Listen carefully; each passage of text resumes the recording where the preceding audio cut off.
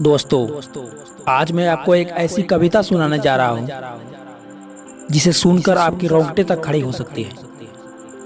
मैं उस कविता को प्रारंभ करूँ उससे पहले मैं आपसे कुछ कहना चाहता हूँ कि यदि आपने अभी तक अपने जीवन का कोई लक्ष्य नहीं बनाया है तो ये कविता सुनना आपके लिए उसी प्रकार है जैसे पत्थर के ऊपर में पानी डालना। यदि आपने पहले से ही अपना कोई लक्ष्य निर्धारित करके रखा है तो इस कविता के माध्यम से आपको इतना मोटिवेशन मिलेगा कि आपने जो भी संकल्प किया है वो और भी दृढ़ हो जाएगा। मेरा वीडियो हमेशा उन्हीं लोगों की मदद करता है जो अपने जीवन में कुछ नया कर दिखाने की क्षमता रखता है, जो धरती पर रहकर भी आसमान छूने की चाहत रखता है। यदि आप भी अपने जीवन में कुछ नया करना चाहते हैं, कोई बड़ा संकल्प लिए हुए हैं, तो इस वीडियो को पूरा देखकर जरूर जाना। कहते हैं सफलता उनको नहीं मिलती जिनके सपने बड़े होते हैं, बल्कि सफलता उन्हें मिलती है जो अपने जिद पे अड़े होते हैं।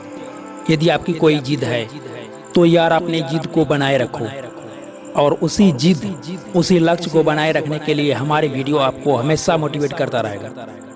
यदि आपका लक्ष्य बहुत बड़ा है, आप कुछ अलग करना चाहते हो, तो ये जान लो कि सबसे पहले आपको खुद से अलग करना होगा। खुद से अलग करने का मतलब यह हुआ कि आपको बिना दुनिया की परवाह किए बगैर आपको अपने काम को करते रहना होगा। दुनिया आपके बारे में क्या सोचती है इससे कोई फर्क नहीं पड़ता, बल्कि फर्क ये पड़ता है कि आप अपने बारे में क्या सोचते हैं। भीड़ में रहकर खुद की तलाश नहीं की जा सकती, इसके लिए आपको अकेले रहना सीखना होगा। खुद को तलाशने के लिए आपको बाहर नहीं बल्कि अपने अंदर झांकने की जरूरत है।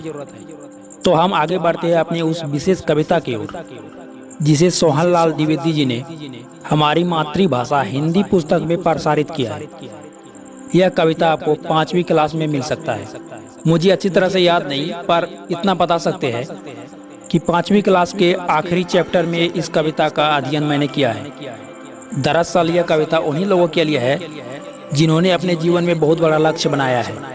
यदि आपका कोई लक्ष्य नहीं है, यदि आपका कोई गोल नहीं है, तो उम्मीद करते हैं इस कविता के माध्यम से आपको वो गोल भी मिल जाएगा, वो लक्ष्य मिल जाएगा। मुझे इस बात की बहुत खुशी हो रही है कि वर्षों बाद मैं इस कविता को अपने वीडियो में शामिल कर रहा हूँ। पढ़ाई तो मैंने इसकी कब की कर ली, लेकिन उसका मतलब समझने में मुझे काफी समय लग गया। क्या खूब लिखा है द्विवेदी जी ने। खड़ा हिमालय बता रहा है, डरो ना आंधी पानी से, डटे रहो तुम अविचल होकर सब संकट तूफानों में, डिगो न अपने प्रण से तुम सब कुछ पा सकते हो प्यारे। तुम भी ऊंचे उठ सकते हो, छू सकते हो नभ के तारे। अचल रहा जो अपने पथ पर लाख मुसीबत आने में, मिली सफलता जग में उसको जीने में मर जाने में।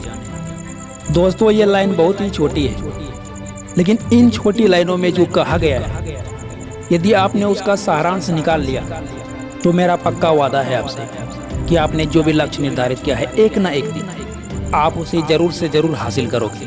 क्योंकि सीखने के लिए हिमालय जैसे पर्वत नहीं, आप एक मामूली चींटी से भी सीख सकते हैं जो अपने से कई गुना भार को खींचने की कोशिश करता है। भले ही उसमें वो नाकाम हो या सफल, लेकिन अपनी कोशिश को जारी रखता है। इसी प्रकार आप भी अपनी कोशिश को हमेशा जारी रखो।